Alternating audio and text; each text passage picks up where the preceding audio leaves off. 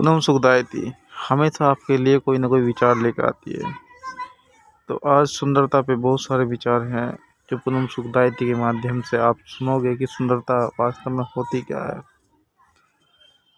सुंदरता आदमी का सबसे बड़ा खजाना होता है। अगर सुंदरता को सही तरीके से प्रयोग किया जाए तो सुंदरता आदमी को हर जगह से जीत ही दिलाती है।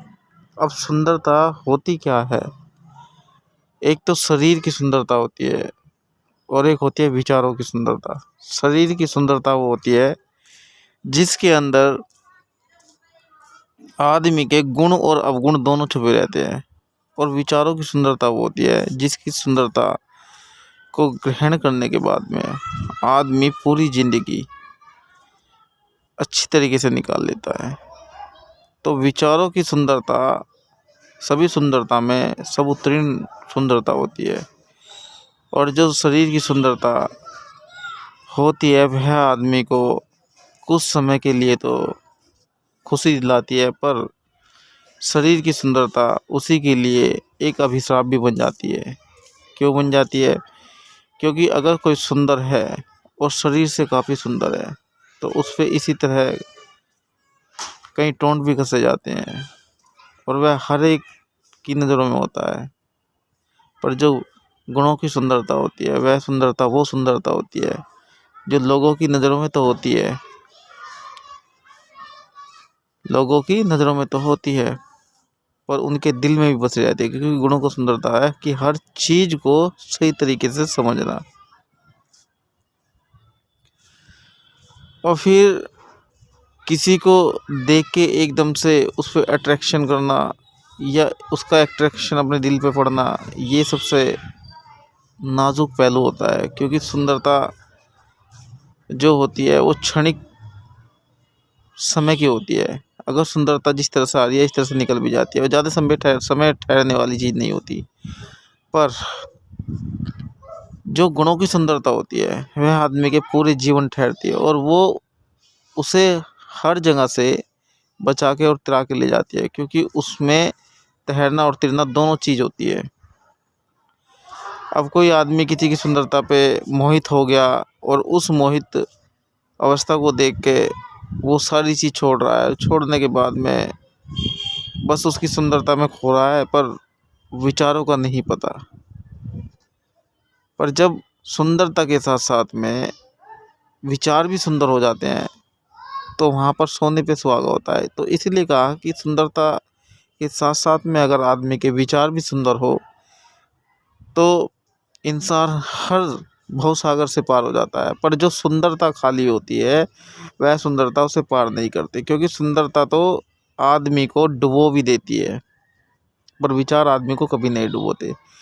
इसीलिए अपनी सुंदरता को उस लायक बनाओ ताकि दूसरा आदमी आपकी सुंदरता को एक्सेप्ट कर सके और आपकी सुंदरता का गुणगान दूसरी जगह भी कर सके।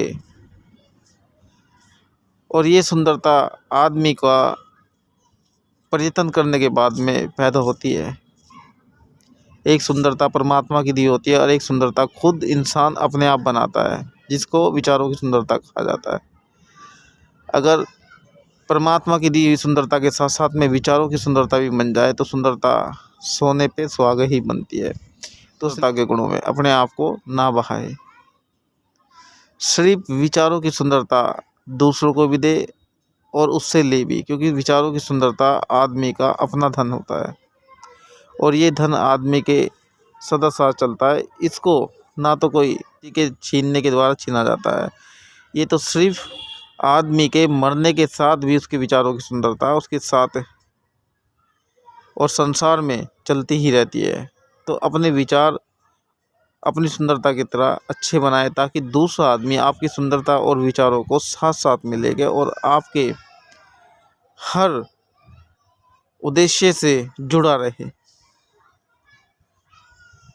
अब कहा कि जीवन एक सुंदरता का पहलू भी होता है।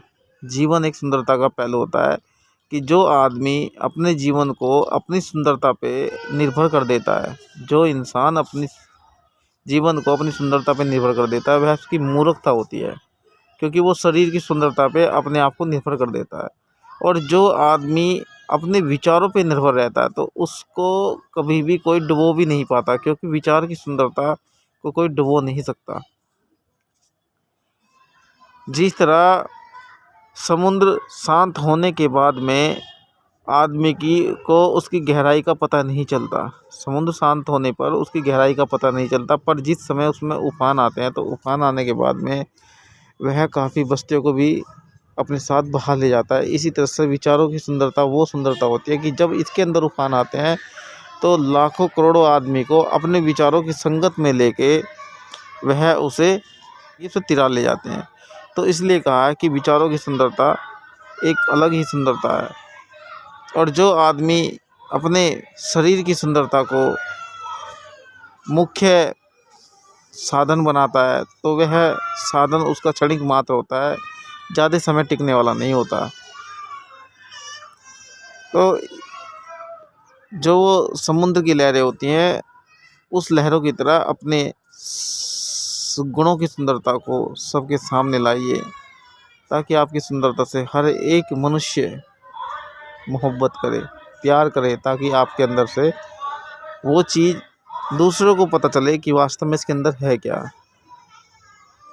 ये तो छोटे छोटे कष्ट होते हैं कि आदमी को थोड़ी देर के लिए आए और चले गए, उसके बहाव में ना बहो, क्योंकि जब वो आते हैं ऐसे ही चले जाते हैं और विचार जैसे आते हैं उससे 100 गुना और अलग तरीके के विचार लेकर आते हैं। तो इसीलिए आप उस सुंदरता को ग्रहण करो जो परमात्मा ने तुम्हें दे के भेजा हुआ है। शरीर की सुंदरता पे इतना ध्यान ना दो, सिर्फ अपने विचारों की सुंदरता को आगे रख के हर एक चीज़ को अच्छी तरीके से जानो कि वास्तव में है क्या चीज़ और किस तरीके से हम इस संसार या इस भवसागर से पार होना चाहते हैं। अगर नहीं होना चाहते तो सुंदरता शरीर की में लगे रहो और बार बार मरण और जन्म के चक्रव्यूह में अपने आप को फंसाते रहो, क्योंकि इस तरह से ना तो आप निकल पाओगे और फिर बार बार इसी मृत्यु लोक में अपना जीवन ऐसे ही नष्ट करते रहोगे। तो इसीलिए मृत्यु लोक से उठने के लिए आपको उस गुणों का अंगीकरण करना ही होता है। धन्यवाद।